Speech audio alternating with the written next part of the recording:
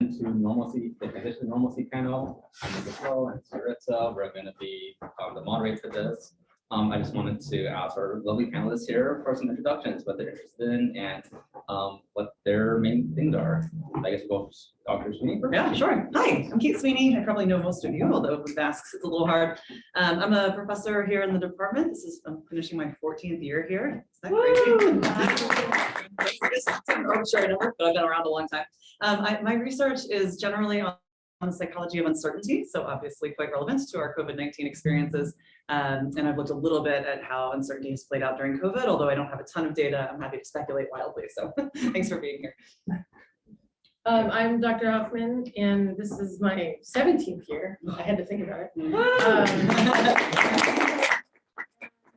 I'm in the behavioral neuroscience area, and I study brain development. I use molecular and cellular tools to look at how different areas in the cortex develop, and particularly I study fetal alcohol spectrum disorders and how maternal drinking impacts offspring and how these effects can be transgenerational. In terms of with COVID, I created a course last year on COVID-19 that incorporates, it's an upper division undergraduate course that integrates vaccine biology, virology, but also the psychology of the experience of isolation. And we both times I've had Kate come as a guest speaker, which has been great. And so I've definitely thought a lot about this particular topic in my course. Hi everyone, I'm Eleanor Collier. I am a third-year grad student in the social personality area, and I primarily study social connection and social support. And in terms of the pandemic, I've done a little bit of research on how social connection has been affected, comparing before the pandemic versus during the pandemic.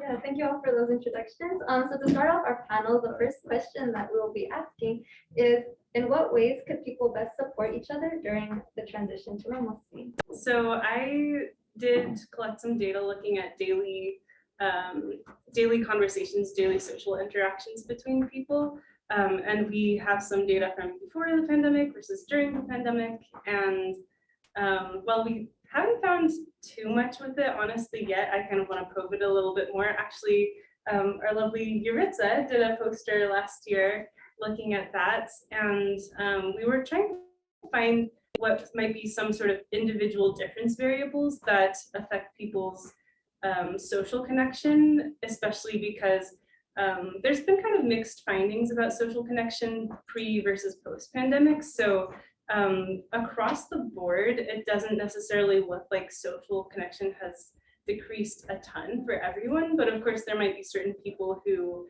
are more vulnerable to that, and experientially, of course, I think everyone would probably say that we've felt less connected or observed people feeling less connected. So I believe what Yuritsa found in that poster was that people with depression and anxiety might have a slight vulnerability towards feeling less connected during the pandemic compared to other people. So I guess maybe in terms of supporting others, you could say, or if you have friends who are struggling with mental health or family who are struggling with mental health, to especially try to be there for them and reach out to them because they may be disproportionately affected.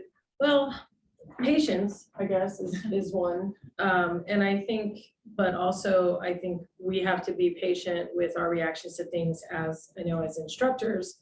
So once we're now transitioning to trying to get back to normal, what I'm seeing a lot of is the result of 2 years of students having these sort of endless second chances. And this is really through the spectrum, junior high, high school, into the universities.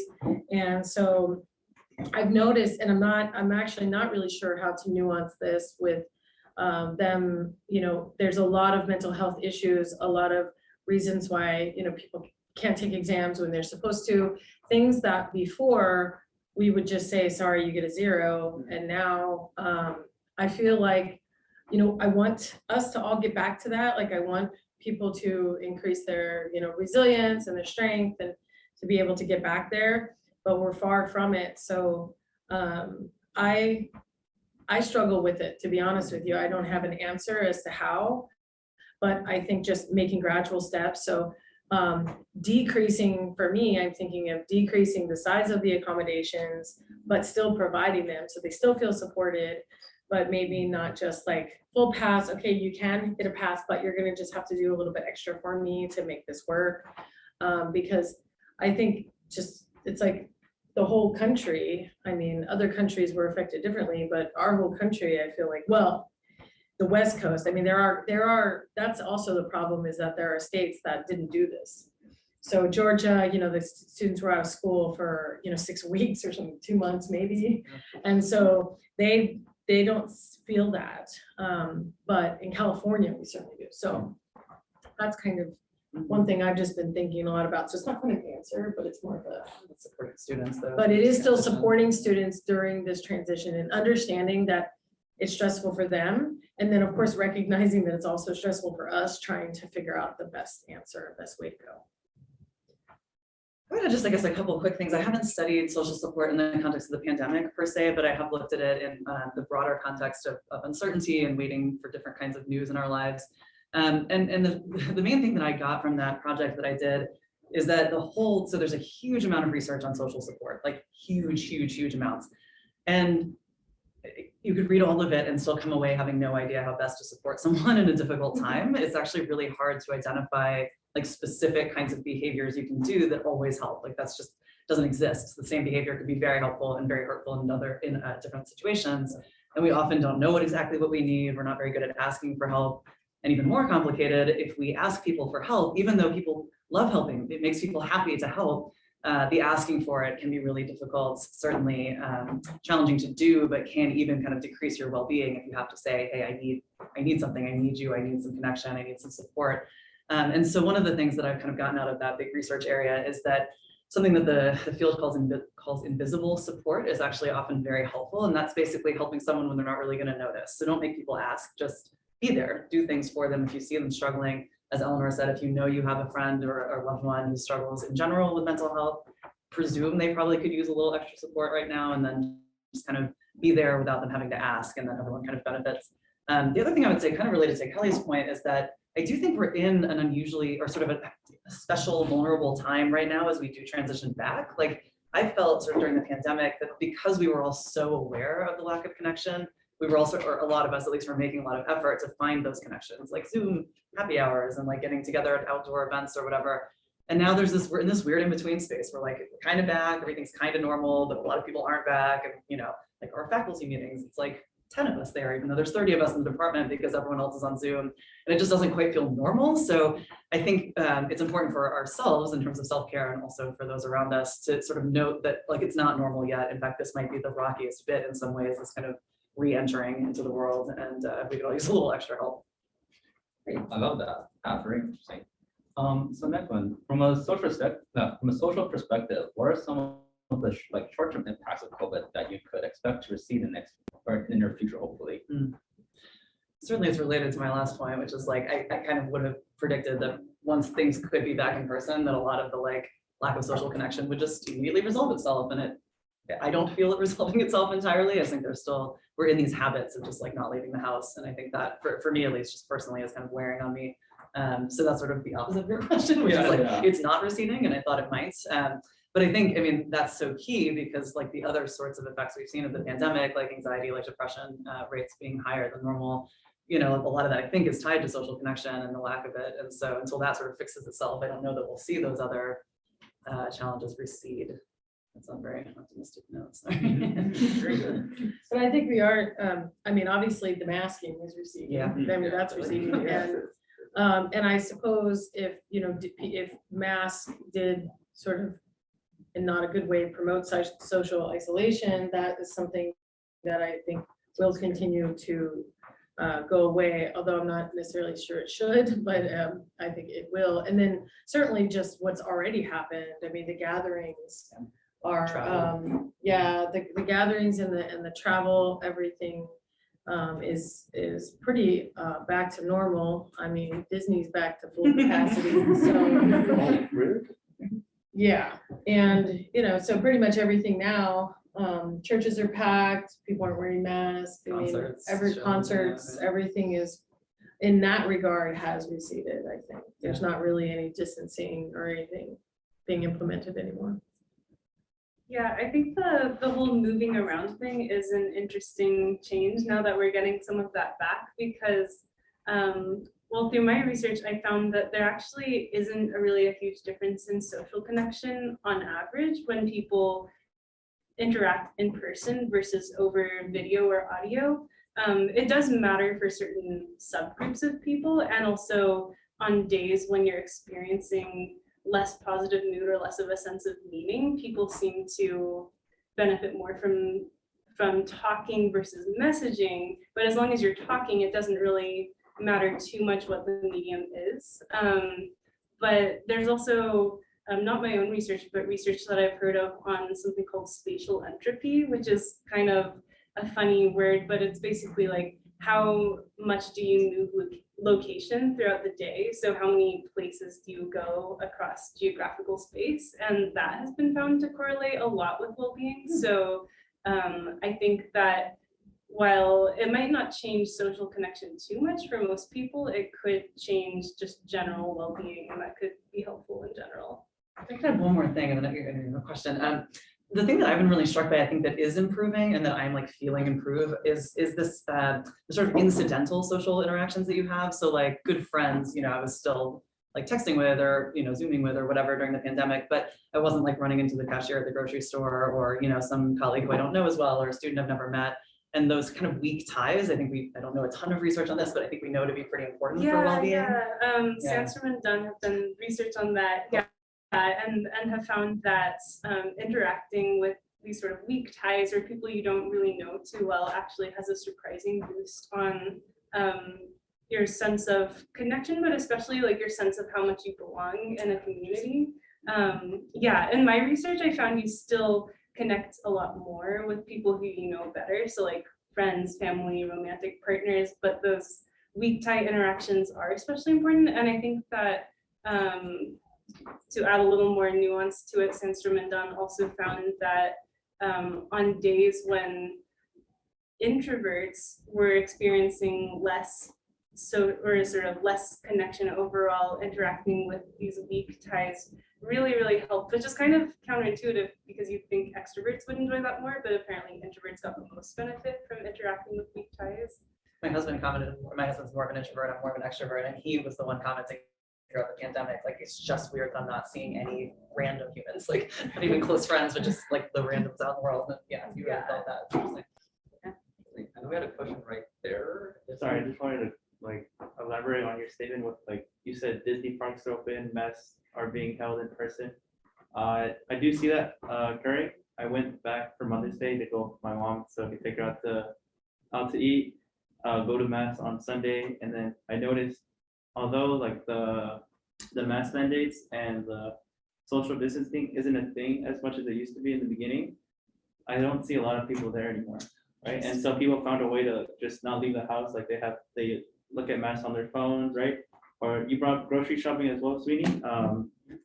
I think a lot of people found it more convenient now to just order stuff online and take it to the house. So I agree, things are not going to be the same. I think my comment about church had to do with because I don't go personally, but my cousin went on Easter Sunday and she was commenting how, you know, her mom, who is, you know, 95 and not well, like the only one in the whole place mask, and everyone was like leg to leg.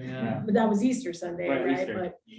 But so I think maybe you're right. I think a lot of, and especially that's the same thing about work. Yeah. Right. Exactly, So yeah. I mean, when we're having faculty meeting and people are, you know, Like on zooming Zoom, from their office down the hall. they're zooming sometimes from their house, a block away, or from the office. You know, and it's just once you get used to that, we're just gotten used to this new medium. Yeah, I would agree that the people who are sort of hanging on to the not doing things in person might be the people who need it the most.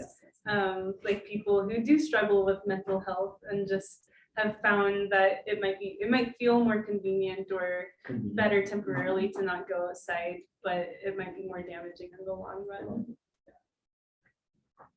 Thank you. Also, it appears that from your responses that the world, kind of the way that it's functioning, is starting to go back to how it was before, although the way that we're interacting with the world still isn't the same as it was before. So that leads into the next question. Is there a possibility that we will see an increase in antisocial behavior among society internally with the changes that occurred during the pandemic? Antisocial referring to Or like not Like one? avoidance. Avoidance, okay, Asocial, yeah. Yeah. I mean, I'm seeing it now still. I guess, time will tell if it really sticks, but it is, I mean, I'm so struck by, how often there are now in-person gatherings, but if it's an option to be hybrid, people just don't come, and who could and would under other circumstances. And I've been raised at, speaking of faculty meetings, I've been raised at a recent faculty meeting, like, at some point, are we just gonna say, like, you have to be here? Not yet, it's not safe yet, no vaccinations for little kids still and that kind of thing, but, come fall, or are we gonna just pull the plug on the camera and say, it's here or nothing? And I worry if we just sort of don't, if we let that just kind of slide into this momentum of like, well, I don't have to put on pants, I could just be at home for this meeting, that we'll never kind of regain that normalcy that I think is so important. And like because I've been teaching in person, I've been coming back to like every meeting I can be here for. And I think I would have been someone who, if I didn't have to come in, I would have just been like, it's easier at home. But it makes such a difference to be here and just like run into a colleague after the meeting and then start chatting about a cool new research finding, or like, I like have hard family stuff going on, and I just don't have that many of those random interactions with friends to be like, oh, this bad thing's happening. I just kind of need that support. And so I think when people start coming back in person, they'll realize like it's better to be here, and maybe we'll keep coming back. Well, and it's true for the students as well. So, I have an in-person exactly. course, my course on COVID, which has 150 students in it. And the other day I actually looked out and counted 38, and It's brutal. I mean, for a while I was rolling about 50% around, 60 to 70 students in there. But then, because I record the lectures and put them online. And so the question is, as an educator, do you want to say, and there are faculty who do this. I recently, starting this quarter or last quarter, just saying, okay, I'm not recording, I'm one of them. I'm not Yeah, zooming, I'm not doing and it. you either I don't come know. or you don't For come. the reasons I just said. And I wanted to do that, and I just started getting, email after email. Is that happening to you? Yeah. I'm sticking with it. And it's like one of the best classes I've ever taught. And I think like the students are so engaged and getting more Yeah. questions than I've ever gotten. It's a big class. And I think it's because the ones who are coming are like, oh, right, being around humans is really great. They kind of forget. Yeah, so I should be more of a Well, weenie pants. Yeah, it's I guess. been, it was hard at the beginning, but then I got used to it. Yeah. Yeah, but I think, again, it's just, we see it at the faculty level, but when we see the students as well. And, it's one thing for us to not see these people. It's just kind of a bummer socially, et cetera. But for students to not be in class, that's a big difference. There's a big difference in the way that you learn versus, being on a Zoom or watching a video. It's completely different from being there in person. And it's definitely going to, if it continues like this, it's going to be problematic for this, sort of generation coming up. I think I saw Nina. Yeah, I don't have a question, I have a comment. Yes, that has definitely happened to me recently, and it's very hard to navigate because I had a couple of students get sick, Yeah. and then I said, okay, so I am going to put Zoom on, and there's going to be a hybrid option. And then one of the in-person students was like, oh, there's a hybrid option now. Yeah. And then Okay, no how one do wants to I come. tell them nicely that, like, no, I really would like to have you here in class, but I can't force you to be there. So, yeah. Yeah, I mean, just strategically speaking, because I taught the same class during COVID, I have videos. And so basically with, the same kind of excused absence documentation that I would use for anything else, I will give them the videos of my previous class performance or whatever. But yeah, as soon as you turn that camera on once, everyone's like, oh, that's a thing you can do. Why am I here? And that's what I'm worried about. Do you think there is like a correct way to start transitioning into normalcy? Should we start like just immersing ourselves from the back or something like the social role again? Or waiting on some methods that we just like slowly transition, or should we just head like railroaded this thing transition to this social world that I still can really imagine? Well, there's, I think, what we want to do, what we can do, and then maybe what we should do, or what's the safest. I think there's like different things, right? So what I would like to do is what Kate does, which is just tell them, Too bad. too bad.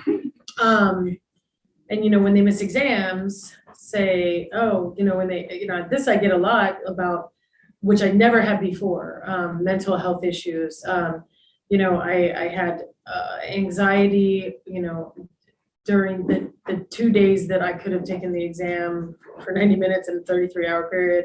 I got stressed out, or I was with my mom on Mother's Day when the exam was the day before, but that's okay.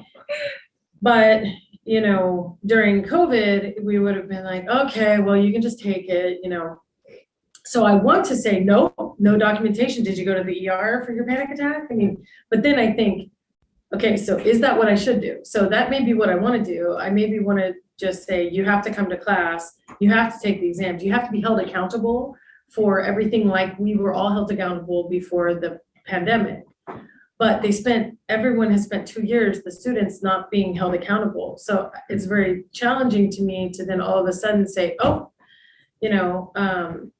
but I want to do that, but I don't know if I do that, what are the repercussions? And it's a very tenuous situation, I think. And I don't think there's one right answer of how to proceed. Except like what I said, what I'm trying to do is implement accommodations that are just not as easy and appealing. So instead of letting them just take that multiple choice test again, which during the pandemic, if someone was, I would just say, okay, because I have a pool of questions, it'll pool in Canvas. This is for my online course, actually. I'll be like, okay, well, we're gonna all go on Zoom and I'm gonna proctor a written exam and I'm gonna put the questions up on my screen share and you're gonna write. And then you're gonna submit to me. So this is what I've just decided, because I had so many people miss this exam last week that I'm like, I can't completely just give it a pass, because I'm not teaching them anything. I'm not teaching them that the world's getting back to normal. But I also don't want to draw the hard line and say, no, you get a 0 and you can retake my class in summer. So it's tough. So I think I'm gonna try this. So it's an accommodation, but it's just not like a super awesome freebie one. Yeah. I think there's a flip side too for the mental health thing, which is that the pandemic has brought mental health to the broader public's awareness in a really positive way. And I think that maybe one way to move forward that isn't just excusing everyone and not holding them accountable could be to provide more resources for people who struggle with mental health, and for students who bring this up, to help connect them with the resources they need to get the help, because it's, for that, it's like a more systemic issue. It's not something I think that can be solved necessarily by increasing or decreasing the accountability, because, in one sense, we all have to be accountable to follow the system and, work with things and try to get, take exams on time and things like that. But I think that prior to the pandemic, probably what was happening is all these students were just not doing well at classes, not saying anything, and not getting the help they needed. So I think it's also maybe an opportunity to, reach out to people more and also help people get the help they need. So I know this is like minority, it's not like really applied to everyone, but what about the groups who have like mental disability and they actually getting better during the pandemic time, because well, they don't have enough energy to manage through their day, and when staying at home doing like minimum social connection, they can focus more on the things they have to do, for example, homework and exams, like versus when they go to school, it takes up lots of their energy by just getting up on time every day. I know this is like really not the majority group, but what about those? I think it is a lot of people. I mean, I have some degree of social anxiety, and I definitely found during the pandemic, I was like, wow, what is this thing that's missing? Oh, right, the anxiety of interacting with other humans is kind of gone, which was nice. Like, that is a less extreme case than you're describing, but I can relate to what you're describing. And I have to say, it has been, therefore, for me, tricky to kind of re-enter society and kind of remember that, like, yep, I'm going to say stupid things sometimes, and then I will ruminate about those things. Okay, I remember this now.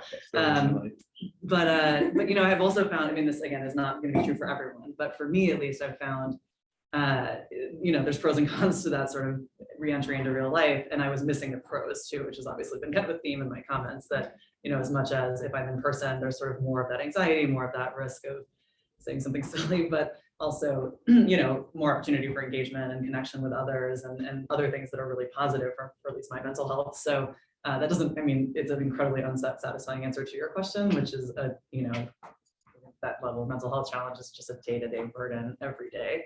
And how to sort of re-enter is much harder in that case. But I think I'm trying to remind myself that there are good things, pushing myself a bit, that there are good things about that too. Better answer than I did. That was great. I know in Riverside Unified School District, they have always had a special virtual school program called RVS and Riverside Virtual School. And I know a lot of students who experience exactly what you're talking about. They really struggled with going into school every day with all of the social pressures, et cetera, that goes along with it. And once they went into this pandemic state where they're, home, doing all their work from home because everyone is, when it emerged from that and the schools reopened, many of them in high numbers transferred from whatever high school, elementary, whatever. I don't know if it's in elementary. I know for sure it's in junior high and high school that they just transferred over to RVS. So like the numbers of people, the enrollment in Riverside Virtual School went way up because of that. I think partially also some students just found that they could thrive better academically in that environment. I think there was a big part of it where they won't have that pressure to, wear the right thing every day or to deal with the drama with the other schoolmates and things like that. Yeah, with bullying. Yeah. And the bullying, so. Of course, then there's cyberbullying. Then they Right. get a lot of it anyway, but yeah. But then I question it kind of like, remember how you were saying about how going outside, getting out of your room is so important.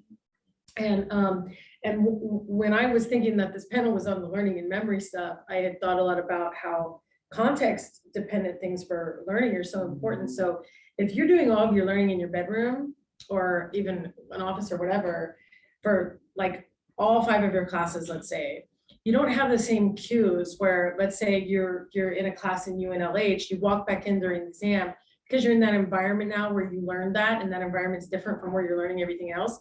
It can jog your memory and improve the memory for, these are the sort of context dependent memory cues that we're not getting when we have the same computer in the same room for everything, including all the rest of the drama in our life happens in the same room or the same house. We don't get those different cues that are related to the environment that help our memory and our learning form also. So it's just kind of a side comment, about that, but I think they need, that's the problem. So you think, oh, great, this will help these students who are stressed, but I would hope that if they were able to get the resources, be in therapy and things like that, to reemerge into the world, because, maybe there are some jobs where you can live your life out virtually, and those probably are increasing now. Yeah. But you don't want to always be limited to that. You want to be able to get back out into the world. I would hope anyway, especially for a lot of teenagers, who are just lost in all of this. Up next, we're going to be going to more specific questions for each of our panelists. So the first one is for Dr. Sweeny. So a lot of your research focuses on the sort of states of uncertainty where a person is waiting to hear back about certain results. There was a lot of uncertainty periods throughout the pandemic. So the question is, what are some lasting stressors that you think got left behind or left still occurring by this constant state of uncertainty that was caused by the pandemic? Yeah, it is an interesting time to study uncertainty for sure. The pandemic, as we said, carried with it. It's far from gone, as we've been talking about. Still so many uncertainties. I don't know if anyone else is just like waiting for the next variant to drop, any minute now, it feels like. I will say, well, okay, so a couple thoughts on that topic, I guess. Most of what I have studied is a more kind of contained version of uncertainty. So like you undergo a medical test and then you wait and you get a result, or you take an exam in a class and you wait and get a result. And I've thought a lot about, but haven't fully come to a conclusion on how the research I've done in that area kind of applies to this free-floating, all-consuming, open-ended thing that we're all experiencing, and complicated by the fact that COVID-19 is far from the only sort of bit of existential uncertainty that we're all experiencing. There's a war going on now, there's political tension that feels a bit different and more risky, I don't know, in terms of our political system than normal here and in lots of other places. You know, there's sort of racial reckoning that creates a lot of, I think, uncertainty for people about how things will look going forward. There's no baby formula. Oh, yeah, right, and there's no baby formula, and that's a bit of a challenge. So there's, yeah, like little sort of That's acute uncertainty moments when of, you yeah, can't am I gonna feed have your food for my baby? baby? Yeah. Yeah. So, you know, we're never free from uncertainty, but this like period of this last couple of years just feels very unusually uncertain and sort of a lot of change happening all at once. And I can say from my research and lots of other people's, uncertainty is really stressful in general. I mean, it's something we have a system for sort of responding to, but we're not that great at it. A lot of what we do well in terms of coping as humans works best when we really like know what we're dealing with. The thing has happened and we are dealing with it. We have COVID-19, we've lost our job, baby formula one is terrifying, but you know, when there's sort of things that are right in front of us that we can cope with, we're pretty good at that, but coping with uncertainty is just not our best skill as humans, frankly. So I hope that as certainty, as a little bit of certainty in these contexts starts to return, that the stress of uncertainty will sort of recede, like our last question or a couple questions ago. But I do also wonder if there'll be a little bit of a sort of collective PTSD around some of the things that we've all had to do and the ways we've had to adjust that we never would have expected. I guess we'll find out. Is there a variability on like personality and how, because I mean, yeah, obviously I don't say this, but I do know people who are really not particularly bothered by uncertainty. They're just like, you know, and they're really, and I'm not like that. Uncertainty is probably my worst thing. It bothers me the most, but I know there are some people who just don't seem to be particularly affected. And then, you know, this interesting flip with COVID-19 where as they knew, as we started out through 2020, through the rise in numbers that happened, which was modest because of the isolation and the you know, stay at home orders. But people were more anxious during the time when they didn't know very many people with it. Yeah. But once we hit the first big surge, which was the holiday 2020, that seemed to, there's data showing people, as they knew more people with it, even if they knew people who died, and that was kind of the irony, they became less concerned about the uncertainty, or they being less stressed and worried about it, which I find that very interesting. Yeah, there is some research from a long time ago, but I think it still replicates, showing that less common illnesses people see as more severe, and it's sort of this heuristic that like over, you know, the lifespan of humans makes sense. If something's really, really like, if everyone has something, it's probably not that bad, else everyone would be dead. So I could totally see that playing out, that sort of heuristic. Well, Johnny got it, he lived. And then what's interesting, when the people do die, you know, they'll make these sort of, you know, false narratives about, oh, well, you know, she was a smoker, so, or something, and they'll try to identify that person as having some fault in why that person got COVID, you know. But when it's like, I mean, even Dr. Lee, you know, who was the one who alerted the world, he was very, very young and very healthy, and he died really quickly in Wuhan. So, you know, and obviously there's a lot of young people who have, so it's all very interesting, and how it ties in with uncertainty is especially interesting. Layers and layers of uncertainty. Yeah. That's great. I think hilarious enough, I'm actually in like both of you guys because I'm in your social psych class right now. Dr. Huffman, I'm actually in your psycho 8-9 class. It's like right corner. Yeah. Sorry. Nice. I did not my matcha latte. I'm trying to increase their fear factor in that class. Maybe not, and the uncertainty probably. Yeah, and I think it's great because looking at like the class catalogs, like psychology and like COVID. I mean, the class enough. It's amazing. So I was thinking like this class is like incredibly new. You designed it yourself Last year. Yeah. So Renee, do you think we should incorporate like more niche classes such as like COVID and the pandemic, or COVID and psychology, or pandemic and mental health into like class systems? I think that's super interesting because you know, we have core classes, personality, social, neural, but these classes like all these specific can definitely be more interesting. Do you think we should be adding more of these, or we should teach it more often? Actually make it like get to do it more to graduate. Yeah, well, I'm teaching that course again next year. You know, when I first created it, I thought, well, maybe it's a one-off thing, but well, it turns out COVID is probably here to stay. So I think it will be sort of in perpetual future. But there's a lot of, you know, I was in a unique position to teach the biology and, you know, some portions of psychology in there. I think having more specialized courses in, you know, we could even call it pandemic psychology or something, which is kind of a cute name, I guess.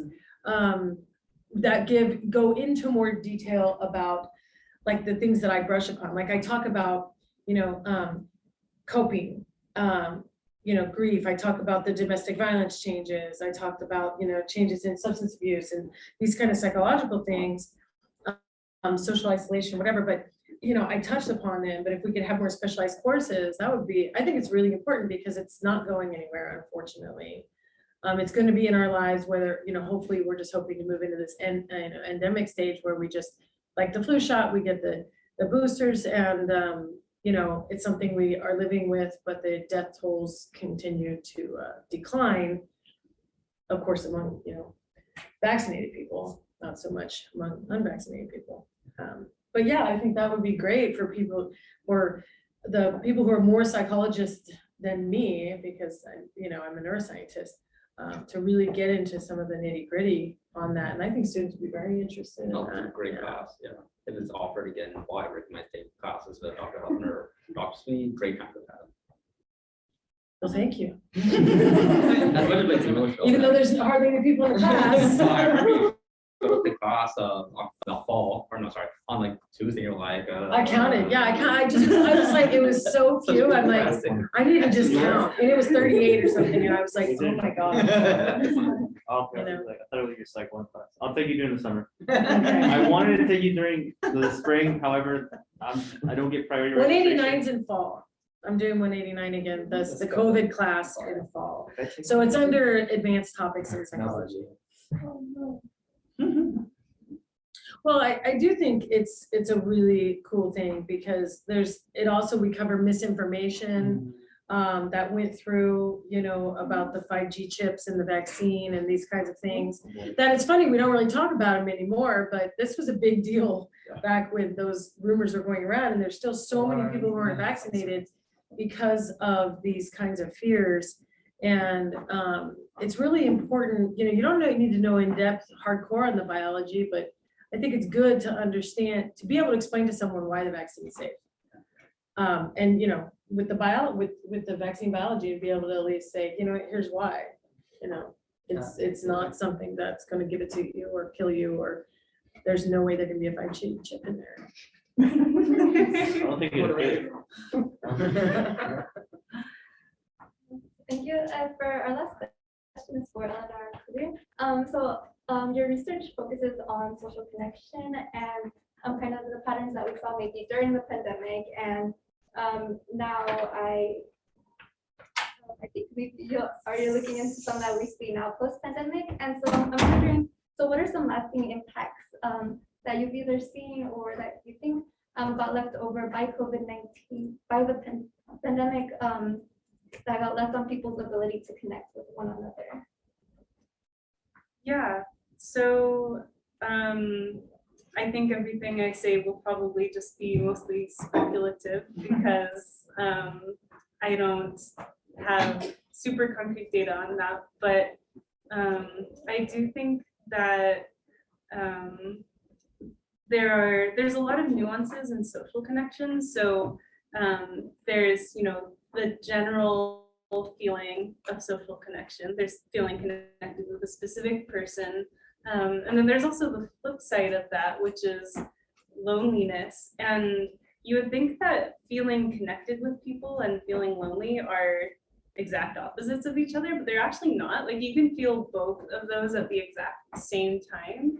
And so I think one thing that I would worry is that the pandemic has kind of, even if it hasn't lowered everyone's social connection across the board, that it maybe has, well, it definitely has induced greater senses of loneliness. There is concrete data on that, that along with mental health issues, the pandemic has also increased how lonely people feel, which was already a problem, especially in the younger generation. The younger generation is the loneliest of all. And so, yeah, I think that's probably one of the lasting impacts of the pandemic, that people who were already vulnerable to being to feeling lonely probably feel even more lonely now. And I don't know if that will necessarily go away super quickly as things go back to normal. I would hope so, but I think it's not so much that the pandemic created that problem as just exacerbated it. So I think that finding ways to reduce people's loneliness is really, really important and a huge priority. And also one of the questions that I'm interested in and might try to write a review paper on at some point is, you know, of all these different kinds of social connection, like feeling connected with a specific person during specific moments versus just having a lot of good friends or people in your social network versus feeling generally connected, what forms of connection are the most important and specifically important in terms of reducing loneliness, and how can we maybe, you know, spread interventions and strategies for people to just feel less lonely in their daily lives.